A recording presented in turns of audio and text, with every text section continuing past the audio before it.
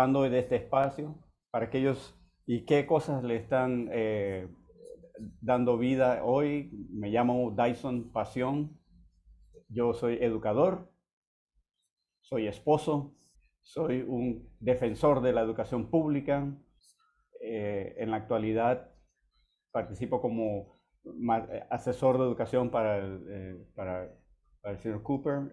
Vengo del rally en Charleston y ahorita mismo lo que está pasando en mi vida es la música. Oír la música, esta lista de este playlist, no puedo esperar a lo que sigue. Eh, no, no quiero extenderme demasiado, pero sí quiero compartir que estoy muy entusiasmado de ser parte de facilitar esta conversación puntual mientras hablamos de la representación de la población Latinx en las aulas de clase como educadores, forjadores de políticas, y las organizaciones empiezan a crear estrategias para incorporar eh, diversidad entre los maestros en las clases. Una, un elemento que hace falta es la voz de los maestros y educadores Latinx. Hoy tendremos una conversación franca con educadores Latinx sobre cómo están enfrentando con esta pandemia prolongada, por qué disfrutan de su profesión de educadores y qué los mantiene en el aula de clases. Para esta conversación me acompañan tres presentadores increíbles. Se los presento en este momento. En primer lugar, tenemos a Celeste Cervantes, que es una escuela superior de la UNC Greensboro en la Facultad de Educación. También tenemos a Liliana Soto, una escuela de nivel primario en Bates County. Y tenemos al doctor Carlos Ramírez, director de la Cedar Ridge High School en las escuelas del condado Lawrence, aquí en Carolina del Norte. Al entrar en esta conversación, y he perdido el audio, lo lamento.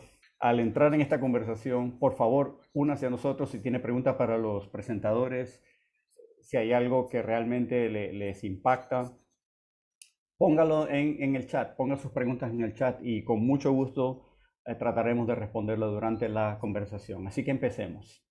Estamos entusiasmados de tenerlos a ustedes aquí con nosotros hoy. Vamos a empezar con algunas presentaciones de ustedes mismos.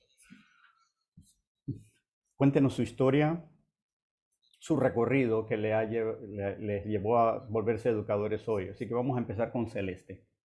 Rápidamente, ¿sueno bien en mi audio? Muy bien. Me llamo Celeste Cervantes, soy una hija de inmigrantes, orgullosamente de Guanajuato, México. Soy estudiando en la UNC de Greensboro y estoy estudiando para el nivel de educación. Estoy trabajando en un salón de quinto grado a nivel parcial, y lo que me llevó a mí a la educación es mi amor por el aprendizaje y por la escuela cuando me iba criando. Cuando estaba chiquitita, yo le dije a mi mamá que yo quería ser una maestra para ayudar a forjar a familia. Y vi la necesidad de que ella tenía al no poder conectarse con mis estudios y mis maestros. Y cuando yo tenía aún 4 años, recuerdo haber ayudado a mi mamá a ser como intérprete con maestros, y siempre he querido ayudar a otros, que estudiantes como yo no nos veíamos representados entre las personas que trabajaban en la escuela.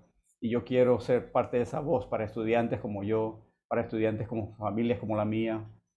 Y eso es parte de lo que hago ahora en mi trabajo a tiempo parcial y quiero continuar haciéndolo después de graduarme. Gracias, Celeste. Liliana, ¿qué tal tu historia? Bueno, hace 13 años yo trabajaba para una escuela jesuita que decía en su filosofía que en todo ama y sirve. Me llamo Liliana Soto y ese es uno de mis valores, servir a los demás, y me encanta hacerlo. Enseño, eh, soy maestra de inglés como segunda lengua, y eh, enseño también en una escuela con modalidad virtual, y en la actualidad trabajo con grupos de kindergarten hasta quinto grado, pero también he trabajado con estudiantes de nivel elemental y secundario y aún universitario dentro del Departamento de Estudios de eh, Idiomas Extranjeros. Mi hijo también es de North Carolina, nació aquí y también forma parte de, de los estudiantes como los que yo enseño acá. Él representa también a la comunidad y realmente me siento entusiasmada por esta conversación de hoy. Gracias, Liliana, y no puedo dejar de observar la bandera detrás de ti.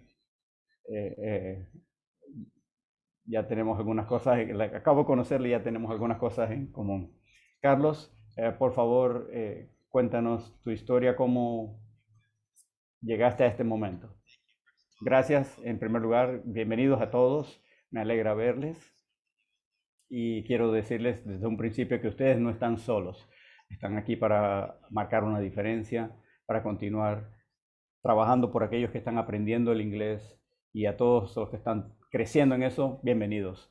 Cuando me pediste compartiera mi historia, realmente la mía es un poquito diferente porque ya tengo un poco de canas, he estado trabajando por más de 30 años y llegué a la educación por accidente porque crecí pobre, mis padres eran granjeros mexicanos con muy poca educación en México y yo no me percaté de ello hasta que estaba en mi grado onceavo de secundaria, que mi cultura había sido borrada y que mi idioma no se había sido borrado y se me había enseñado que yo era menos que otros. Por ejemplo, así de ignorantes éramos y no sabíamos. Yo crecí en California y siempre me pregunté por qué teníamos San Francisco, Sacramento y no supe hasta mi onceavo grado que por recomendación de un maestro que tomé una clase de historia avanzada y aprendí algo de mi cultura. Y me torné muy, muy enojado y todavía tengo un poquito de ese enojo de qué nos pasó. Y somos un pueblo orgulloso, tenemos muchos logros y eso se nos quitó. Y mi viaje ha sido así, empecé cambiando mi grado a educación, empecé enseñando en escuela elemental y fui avanzando por California. Y mi misión siempre ha sido de darle una vuelta a las escuelas. Así que empecé siendo director en San Francisco, en una escuela, eso fue hace como unos 25 años atrás. Y desde entonces he estado luchando la lucha para proveer oportunidades de igualdad de acceso y no ha sido fácil. Algunas veces eh, tenía apoyo, a veces no, pero sabía que la única forma de poder avanzar nuestro trabajo era tener lo que se llamaba el boleto de oro, que era el diploma. Así que yo seguía estudiando y saqué una maestría y un doctorado y avancé hasta, he tenido todas las posiciones posibles, incluyendo la de superintendente. Y ahora trabajo como un director en secundaria porque creo en la educación y me encanta estar aquí de vuelta. Y le puedo decir que todos ustedes que están aquí, no solo los panelistas, pero todos somos defensores y los necesitamos. Si no lo hace usted, ¿quién lo haría? Ustedes no están solos y a través de estas conversaciones podemos avanzar de una conversación a dar pasos claros, porque ahora más que nunca se necesita. Y al oír hoy y oír nuestras historias y las cosas que hemos visto, verá que es necesario. Todos podemos marcar una diferencia hoy. Así que me alegra estar aquí. Gracias. Gracias por invitarme, Dyson. Y gracias a todos y al oír sus historias, hay tanto que resuena con mi propia historia. Sé que todos somos diferentes, venimos de lugares diferentes en nuestras carreras educativas, pero aún así hay tantas cosas que resuenan entre nosotros, algunas cosas que surgen, que probablemente entraremos con mayor profundidad con estas preguntas. Eh, Así que realmente no podemos empezar una conversación sin enfrentar el momento que estamos enfrentando. Así que, ¿cómo están ustedes uh, ¿Cómo les va? Ahora estamos volviendo a edificios luego de la COVID-19. ¿Cómo ha empezado el año? ¿Cómo están los estudiantes? ¿Cómo están ustedes? Empezamos con Liliana.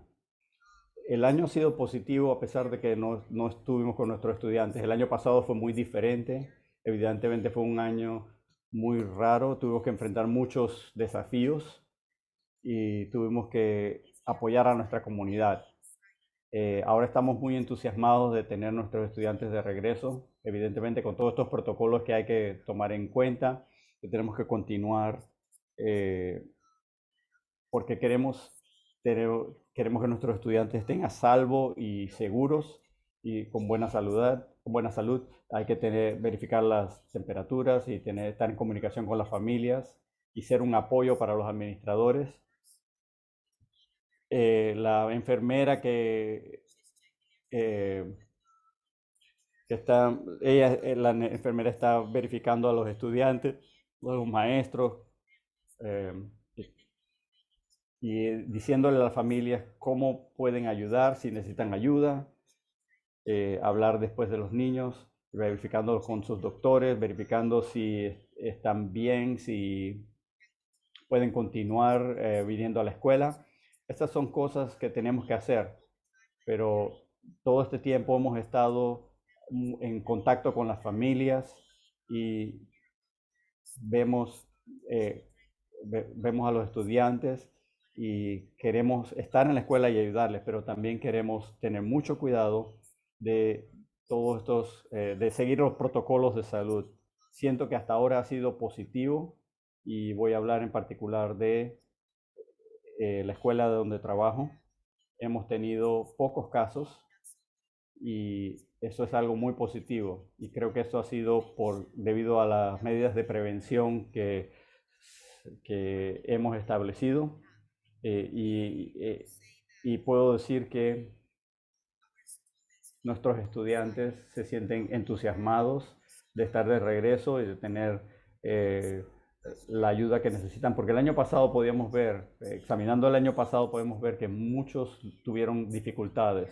Es diferente cuando están en persona y tienen educadores que se interesan por ellos y tienen a sus educadores de inglés como segunda lengua que también les apoyan y les ayudan a comprender ciertas cosas de sus estudios académicos, pero también tenemos que estar conscientes de que nuestro papel aquí no solo es enseñarles la parte académica, sino estableciendo conexión con ellos.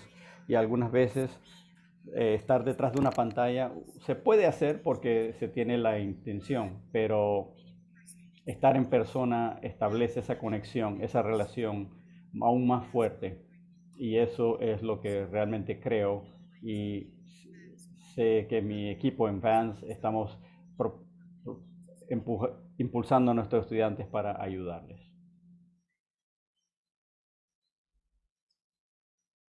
Defendemos a los estudiantes y queremos ayudarlos más. Muchas gracias por compartir la experiencia que has tenido. Tu experiencia ha sido con tus estudiantes, pero quiero que respondas, ¿cómo estás tú? Ay, perdón. Me siento mucho mejor. Les prometo, el año pasado fue muy difícil, muy difícil. Como ser humano siempre sentimos esa carga del trabajo, muchas horas. Sé que hablo en nombre de muchos maestros que no teníamos un horario fijo. La mayoría de nosotros lo tiene ahora. Así que tuvimos que sacrificar el tiempo con nuestra familia a veces para poder ayudar, pero eso fue algo necesario. Tuvimos que ponernos en los zapatos del otro y tuvimos que entender que son cosas que se hacen porque a uno le interesa. Así que el año pasado yo diría que había mucho trabajo y a veces nos sentimos impotentes, no cómo poder ayudar más. Y comparado con este año, creo que este año ha ido mejor. Tenemos la presencia de los estudiantes que están más cerca. Así que es más fácil tener conversaciones y ser intencional y cuidar cómo nos estamos sintiendo, sus emociones, que sepan que nos interesan, qué está ocurriendo con ellos, si sienten que tienen dificultades académicas, hablar también. No solamente eso, sino también que decirles que creemos en ellos. Son cosas que cuando uno está enfrente a los estudiantes, uno puede sentir y ellos pueden sentirlo también y uno puede conectarse y comenzar a trabajar a partir de eso. Si me preguntan cómo me siento mucho mejor, estoy feliz de tener a los estudiantes cerca mío y seguir teniéndolos cerca y con su presencia más tiempo. Gracias. Gracias, Liliana. Carlos, ¿cómo te va a ti? ¿Cómo están tus estudiantes? ¿Cómo estás tú? Gracias por preguntar.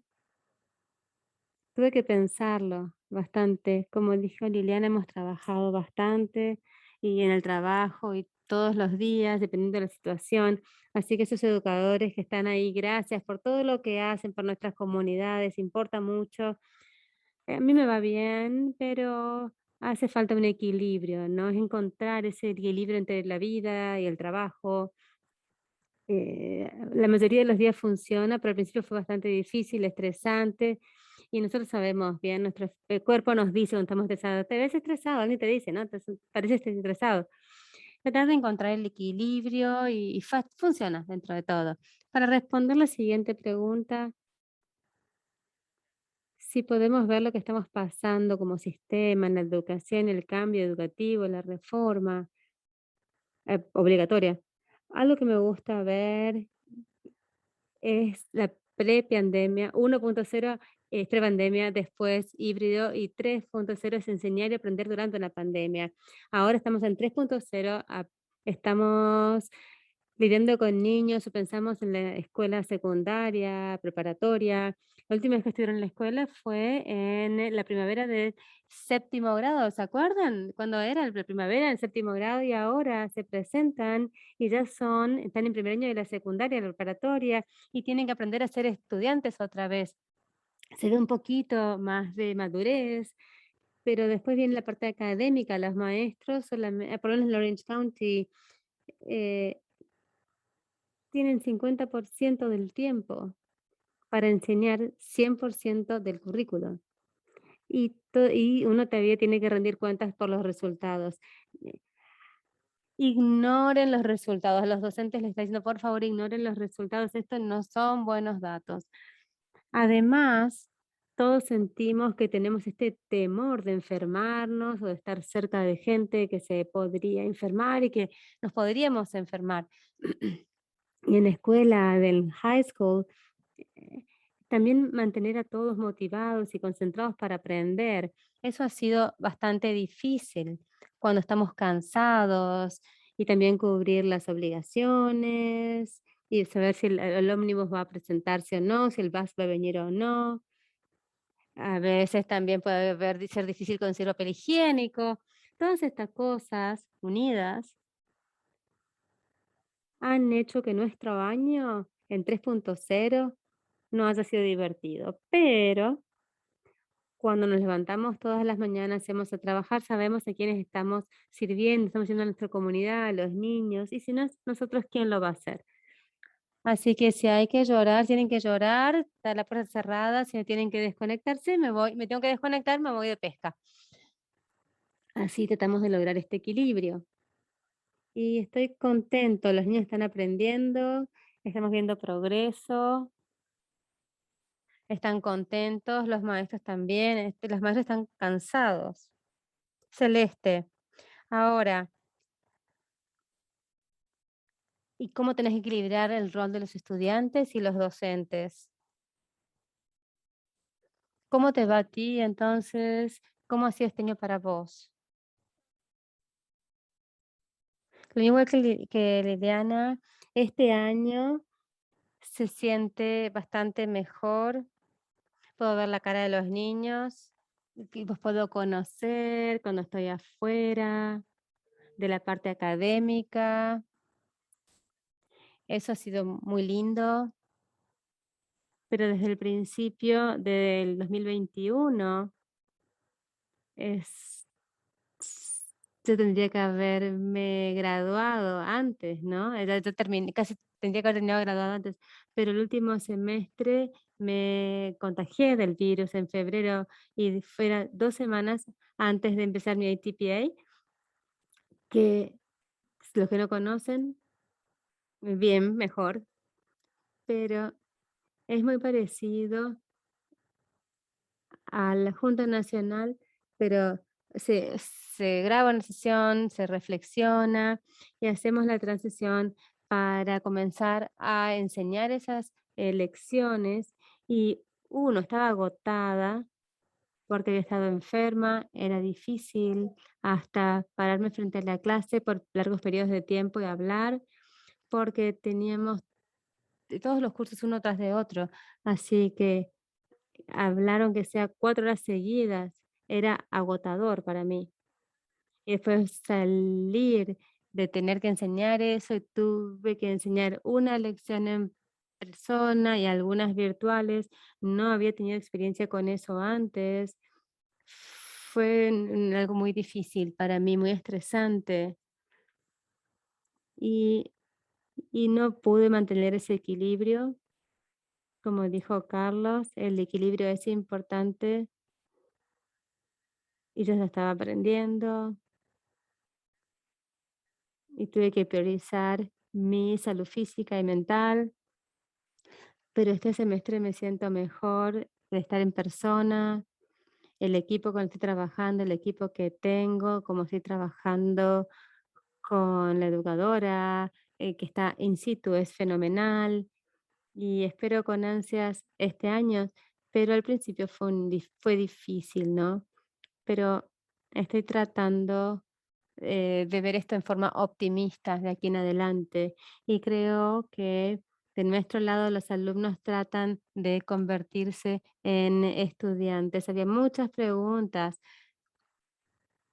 ¿Van a evaluarlo del mismo modo? ¿No tenían una opción virtual antes? Y en mitad del el último semestre es que hicieron el manual virtual y ahora es una opción. Pero eso es lo más importante. Muchas cosas han cambiado en cuanto a cuándo tenemos que graduarnos y cuándo tenemos que obtener la licencia. Mucho está relacionado con que, bueno, para graduarte tienes que presentar tu ATPA, hacer las pruebas que necesitas, pero para la licencia tenemos que aprobar también ese examen. Así que hay más tiempo después de la graduación para hacer eso. Pero fue inquietante para trabajar tanto, ¿no? Por trabajar tanto, después al final que pase algo que te hace sentir tan desesperada, tan desesperanzado, ¿no? Pero bueno, sí tengo esperanzas para este año. Creo que la instrucción en persona, espero que siga así. Y hace 2 semanas fue la primera vez en un mes que todos los estudiantes estuvieron en una sala, en una clase, y teníamos que tener dónde sentar a todos porque no todos habían estado ahí antes en todo el tiempo. Siempre alguien faltaba y alguien tomaba el asiento de otro. Gracias a Dios pudimos volver a enseñar y revisar, repasar en forma esa instrucción individualizada como pasante de estudiante, ¿no? Pero es difícil que los niños salgan en la cuarentena porque tienen miedo, pues no tienen COVID, pero tienen que hacer la cuarentena de todos modos, pues pueden eh, llegar ingresar a Canvas o la plataforma digital que utilizan, pero tienen muchas cosas que hacer de todos modos cuando vuelven. 13.0 y esperemos que pronto llegue el 4.0, ¿no? Y creo que me ayudó a obtener esas habilidades para enseñar y aprender a adaptarme. Y bueno, ahora estoy bien. Gracias. Muy bien, Celeste. Estamos muy agradecidos de que te pudiste recuperar, te sientes mejor y tenés un mejor semestre. Y yo fui un super senior por un par de años también, así que te entiendo. Entonces, teniendo el impacto del COVID-19 en mente, el reconocimiento racial que sigue en nuestro país y como vimos en la sesión anterior, una población de estudiantes latinos que crecen, Latinx que crecen, que han visto cómo fue el impacto en el aula, en la escuela. En resumen, ¿creen que importa que sus estudiantes vean educadores Latinx en las escuelas? Carlos, voy a comenzar contigo. Gracias. Yo les puedo decir, lo importante que es tener un modelo, un ejemplo, una persona que sea un ejemplo, tener una oportunidad de establecer relaciones con las familias. Es increíble, ahora los niños se acercan a mí, los chicos se acercan a mí. ¿Eres mexicano? ¿Eres blanco? Soy chicano, así que les puedo hablar en chicano. Ah, ¿en serio? No, esto no tiene sentido, porque no te ves así como lo haces, ¿no? Crea como una discrepancia para ellos. Y después hablamos de qué cosas les interesan y cómo pueden ayudar. Así que es muy interesante ver cuando los alumnos ven esa colección, tienen esta creencia de que si tú lo puedes hacer, yo también lo puedo hacer. Y ahora cuando veo el estado y la cantidad de administradores latinos que hay, es triste, la cantidad que tenemos es triste, es muy poca. La cantidad de maestros que llegan necesita mejorar también. Por eso espero que los que están acá en la audiencia, espero que consideren ser docentes, háganlo. El impacto que van a lograr es inmensurable. Muchos hemos crecido sin ver a los latinos en la educación. Yo no los vi hasta que estuve en el colegio, en high school, y tampoco vi a un rector hasta que yo me convertí en uno, ¿no? Es tan necesario. Todos han pasado por esa experiencia. Y después también la parte de mentoría es muy importante. ¿Cómo podemos ser mentores a otra gente para ser docentes o líderes de nuestros niños? Y por eso estoy tan orgullosa de esta organización y el potencial que tiene de transformar las comunidades y a las vidas. ¿Respondí tu pregunta? Sí, gracias. Creo que es bueno compartir cuándo fue la primera vez que tuvimos a un educador de Latinx. Para mí fue cuando estuve en secundaria, mi maestro de español en secundaria. Pero Celeste, qué tal tú?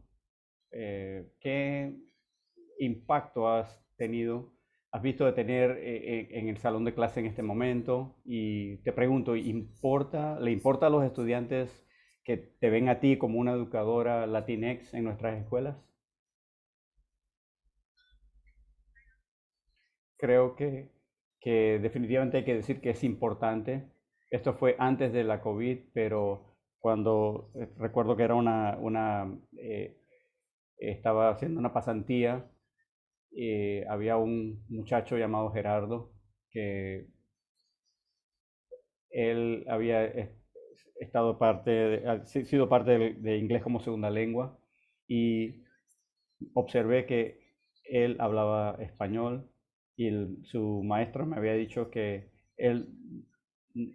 ella no hablaba mucho español, pero trataba de hablarle en español para comunicarse con él, pero y decía, ¿podemos hacer algo? Y decía, Gerardo. Dice, no, soy Gerardito, Gerardo es mi papá. Y pude hacer esa conexión con él de inmediato. Y después,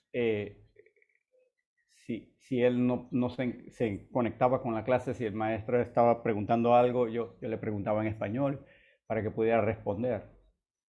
Y, y le ayudaba a comunicar sus respuestas con la clase. Y creo que eso fue útil para él y también hubo un par de, un hermano y una hermana que ella, eh, el hermano sabía más inglés que la hermana, los habían puesto en el mismo grado a los dos para que pudieran apoyarle, él pudiera apoyarla a ella, aunque él debía haber estado en el grado superior. Un punto recuerdo que ella estaba diciendo, ¿usted habla español? Me dice, y yo le dije sí. Y ella me dice, ¿de veras? De repente, esta niña callada se abrió y empezó a hablarme de sus primos en la casa y tenía juguetes y un perro y lo que hacía después de la escuela. Y así que esta conexión es importante. Alguien que te pueda comprender, que te pueda comprender. Y durante la COVID, en el tiempo que estuve en pasantías, yo estaba pues haciendo pasantías en escuelas mayormente con gente blanca, pero estando allí he he brindado una perspectiva diferente y exponiendo a los estudiantes a una cultura o circunstancias que tal vez no hubieran considerado antes. Pero en el semestre pasado, por ejemplo, estábamos hablando de servicios que el gobierno proporciona y hablamos de la educación pública y le conté la historia de mis padres que solo llegaron como hasta el octavo grado y cómo ellos tuvieron la suerte de llegar hasta el octavo grado, pero algunos otros padres no pudieron llegar hasta ese grado porque tenían que ir a trabajar y otros no pudieron ir a la secundaria porque no podían pagar lo que costaba ir mudarse a la ciudad. Y cuando que realmente, y me preguntaban, ¿realmente sucede que hay gente que no puede ir a la escuela? Y digo, sí, sucede. Y yo sé que es así. Hay gente que tal vez no son estudiados. Mi abuelo no era, es analfabeta, pero no es porque no quisiera, sino porque no tuvo la oportunidad. Y me di cuenta que otras personas no tienen ese conocimiento de que hay gente que no tiene limitaciones y no reconocen el privilegio que han tenido de poder estudiar en un sistema de educación pública gratuito. Y es interesante ver lo afortunados que somos de tener tan maravillosos estudiantes en una escuela tan espectacular con materiales para todos. Y solo hay que asistir a esta escuela. Y creo que ese es el impacto que yo vi durante la COVID, fue poder compartir a, a tantas personas las disciplinas que podía, el contenido que podía, pero pienso que todo depende de la escuela. Muchas gracias, Celeste. Y Liliana, ¿qué tal ha sucedido contigo? ¿Cuál ha sido tu impacto como latina sobre tus estudiantes en el aula de clases? Me siento mucho, me identifico mucho con Celeste, mi caso es un poco diferente. Yo no crecí en los Estados Unidos, yo vine aquí como parte de un programa de intercambio cultural y fue la primera vez que vine fue en el año 2009 y les digo que 2010, perdón, y fue la primera vez que trabajé como una maestra de inglés como segunda lengua en una escuela secundaria en otro condado. Y esa fue la primera vez que pude experimentar la forma que mis estudiantes veían esa identidad, que podían conectarse con alguien que es como ellos. Y siempre les he contado mi historia porque creo que compartir nuestras historias es importante.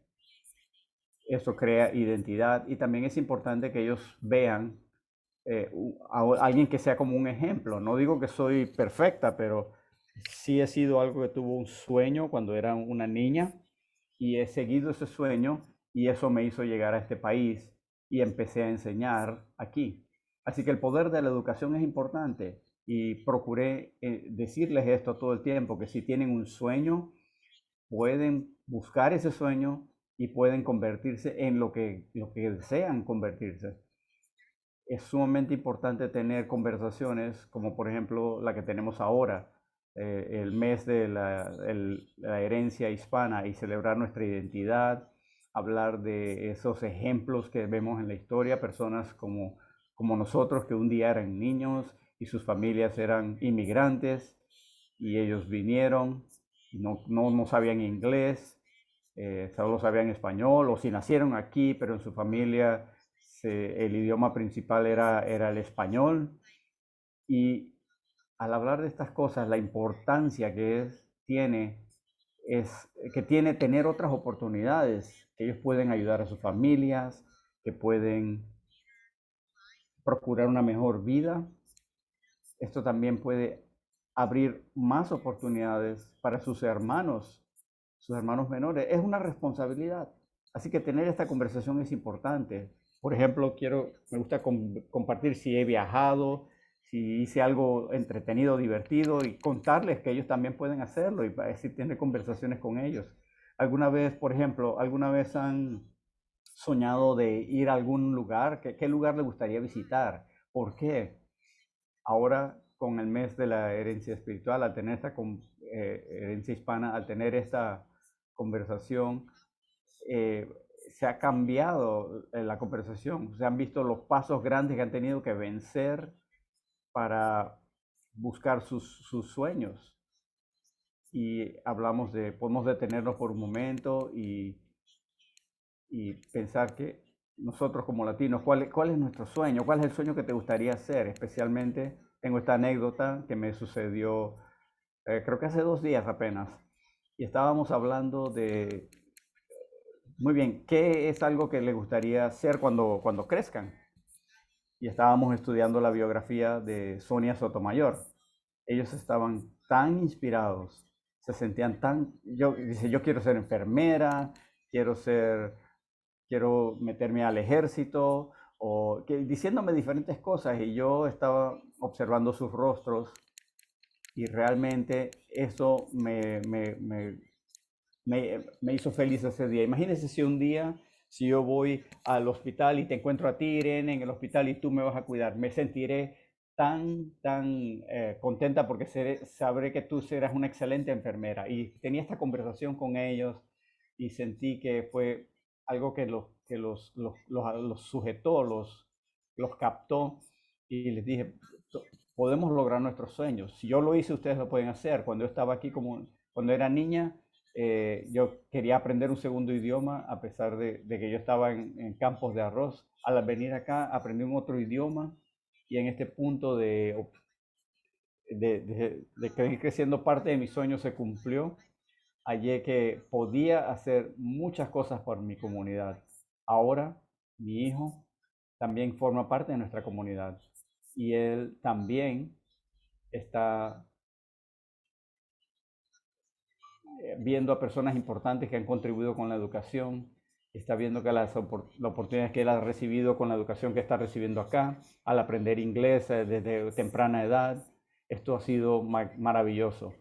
Y podemos comparar y decir las realidades de nuestros países, que afortunados son porque están recibiendo esta oportunidad de recibir esta educación acá, y qué van a hacer con ello. Así que no permitan que nada les detenga.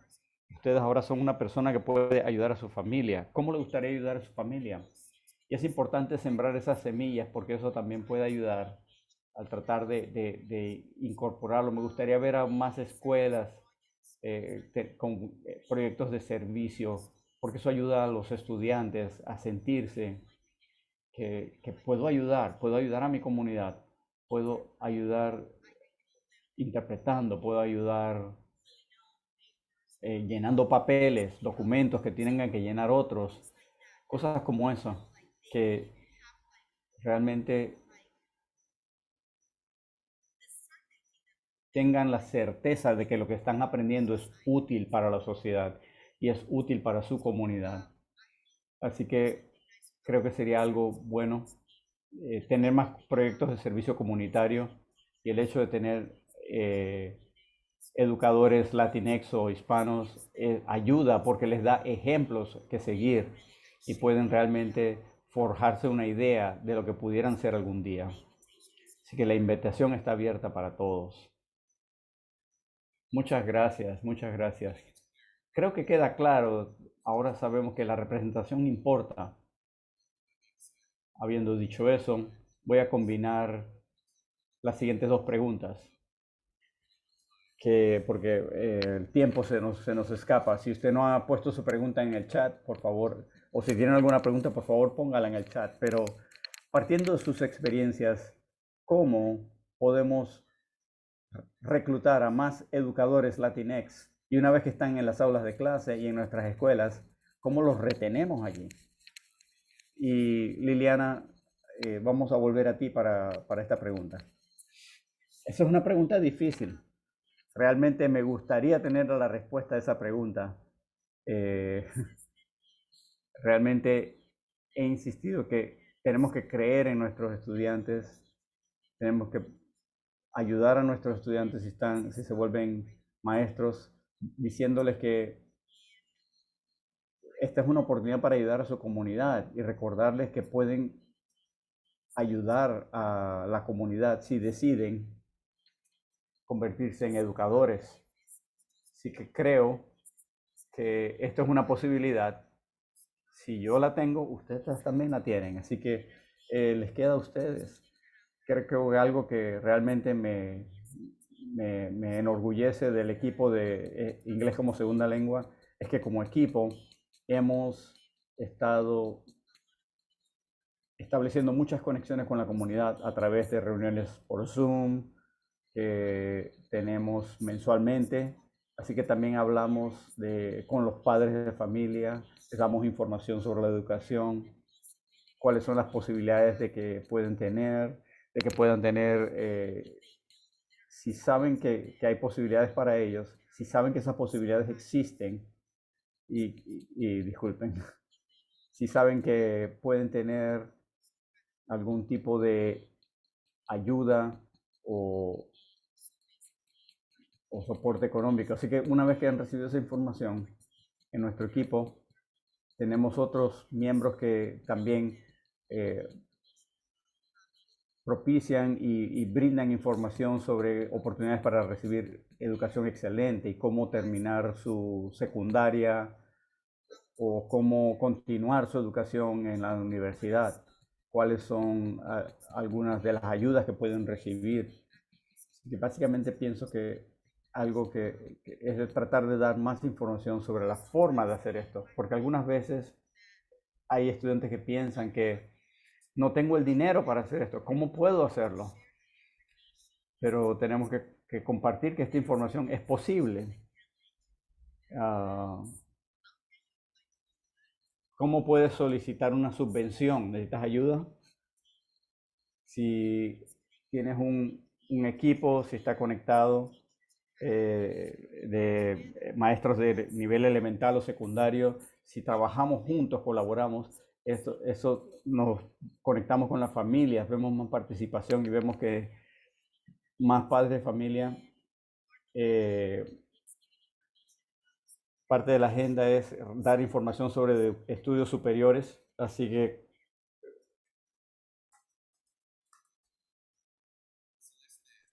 Es algo que se puede replicar y podría ayudar muchísimo. Muchas gracias, Liliana. Celeste, ¿cómo reclutamos más educadores Latinx? Como dijo Liliana, cada maestro tiene una historia. Hay veces que la gente no quiere, no es algo que uno haga, pero mi familia tiene algunos docentes en la familia, el, el profe, y son los más educados de la ciudad, pero acá en Estados Unidos creo que los docentes no tienen ese reconocimiento, pero dirigen a toda la nación, ¿no? Pero eso comienza con conectarse, que nosotros con otros docentes latinex tenemos que también conectarnos con los estudiantes para eso. Si queremos buscar educación, si quieren servir, educar a otros, porque es algo que viene del corazón, ¿no?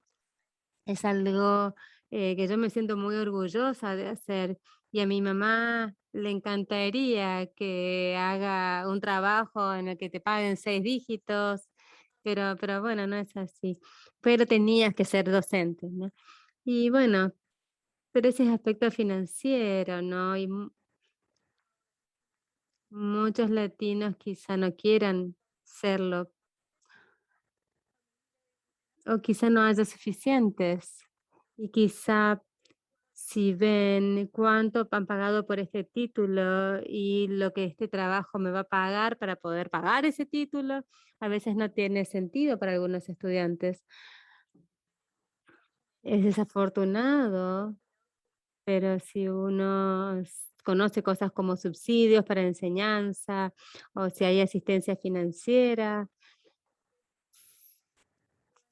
sé que tenía primas que estaban completando FAFSA porque hay que poner los números de seguro social y eso puede dar miedo a algunos padres, ¿no? A que no lo estaban haciendo, pero ya tenían que poner los números de seguro social. Así que hay que tratar de ver qué asistencia hay. Si quieren ser docentes, comienza con fomentar ese amor hacia el aprendizaje en los estudiantes. Muchas gracias, muchas gracias. Y Carlos, una vez que los reclutamos, ¿cómo los conservamos? ¿Cómo retenemos a los educadores Latinx? Esa pregunta es muy importante y estamos escribiendo un plan para hacer eso para nuestro distrito. Los docentes, independientemente de dónde terminen, ¿no? Se quedan por tres razones. La primera, créanlo o no, es si tienen algún amigo. La segunda es si tienen una administración que los apoya, un rector, un director que los apoye. Y lo tercero es el dinero, si el pago es razonable. Son las tres razones por que los docentes se quedan. Para los docentes latinos o los docentes latinex, es importante que el liderazgo haga una conexión importante y los consideren como familia. Yo les puedo compartir una historia. Yo era docente en una escuela primaria y si no hubiera sido por el doctor del Portillo, que la doctora del Portillo me hizo mentoría, ella me encontró en una reunión y me dijo, Dime sobre ti, te voy a ayudar, este es mi número". Y yo no sé quién era esta señora y confié en ella, en su mentoría a lo largo de los años, y si no hubiera sido por ella, probablemente no me hubiera quedado en la educación, hubiera hecho algo diferente. Así que enseñar es diferente y es importante que apoyemos a todos los docentes y a veces es estar ahí, ¿no? Para mantenerlos, para conservarlos, hay que reclutarlos, hacerles mentoría, hacerles mentores y tenemos que apoyar, eso es importante, tenemos que apoyarlos. Valorar sus sueños y su futuro, lo que les gustaría hacer para hacer una diferencia. Si están en la escuela, yo los aliento a que, a que sean administradores o docentes, porque su trabajo puede ser muy importante. Muy bien, gracias a todos por todas estas respuestas tan interesantes. Estas son las preguntas que teníamos nosotros. Queríamos dejar un poquito tiempo para las preguntas y respuestas de la audiencia, si tenían algunas preguntas, pero escuchar sus historias y pensar en qué significa esto en este momento para esta primera cumbre de educación Latinx. Escucho historias de resiliencia, sobrellevar ya sea el aislamiento, la asimilación o incluso todo lo que todos tuvimos que enfrentar en estos últimos casi 20 meses. Y pensar en cómo podemos tomar este momento y crear una red, crecer y convertirnos en una red para seguir siendo personas resilientes, pero saber, ok, puedo ir a Carlos, tengo una pregunta o a Liliana, estamos todos conectados, saber que estamos conectados, nos tenemos unos a los otros, así que podemos juntarnos y hablar de cómo podemos transformar la educación y cómo podemos cambiar lo que significa, no solamente para nosotros como educadores y líderes, sino también para los estudiantes que vengan después de nosotros. Parece que sí tenemos una pregunta. ¿Qué están haciendo las escuelas para que más estudiantes latinos? ¿Cómo hacemos canciones? ¿Cómo los alentamos para que sean líderes a los estudiantes? Ay, yo creo, quizá las escuelas primarias podrían tener los clubes de español, que les dan cierto sentido de orgullo y aprenden más sobre la cultura. Pero también creo que es importante comenzar en los niveles más elevados, ¿no? Escuela media, de secundaria, preparatoria, después empezar proyectos de servicio para que los alumnos participen más y sientan que son proactivos y ayudan a la comunidad. Pero tenemos que encontrar qué tipo de proyectos serían los mejores proyectos para nuestros estudiantes para que participen más. Muchas gracias, Liliana.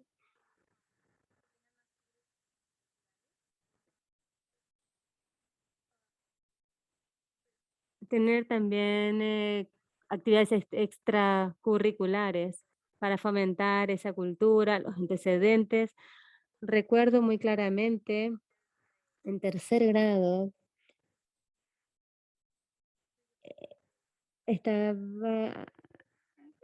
en un grupo y la maestra se enteró que yo era hispana y me hizo hacer una presentación con fotos mías, con mis faldas puertorriqueñas y para las bailes, y me hizo casi llorar porque era una de las pocas latinas y todos decían, ay, qué lindo, qué bueno que sepas eso.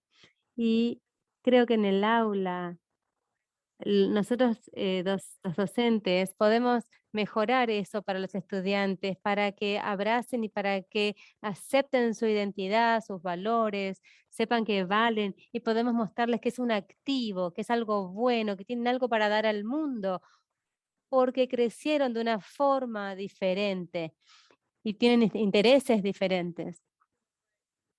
Y afuera de la clase, como estudiante universitaria, hay muchos grupos culturales y mi lugar donde yo aprendí cosas como líder, para mí es como estudiante universitaria y ayudar en la sorority, en la mi sorority. Y eso me ayudó a mí a encontrar otras mujeres latinas, otros educadores latinos y sentirme orgullosa y desarrollarme profesionalmente. Así que que el impacto que puede tener esa oportunidad en la primaria, en la escuela media, en el high school. Creo que sería bueno que los líderes puedan dar estas oportunidades para los estudiantes. Gracias, Celeste. Y gracias a todos. Muchísimas gracias por asistir a esta conversación tan importante esta tarde. Los aliento a seguir siguiendo at Latinx Education para que puedan apoyar su trabajo y a todos los educadores de Latinx de Carolina del Norte. Le voy a pasar la palabra a Ricky y Elaine a medida que terminamos el día 1 y les explicamos lo que va a pasar para el día 2. Pero esperamos que en el mundo virtual todos les podamos mandar cariño a nuestros panelistas y unas felicitaciones por todo el conocimiento y todas las opiniones que nos han dado. Muchas gracias a todos.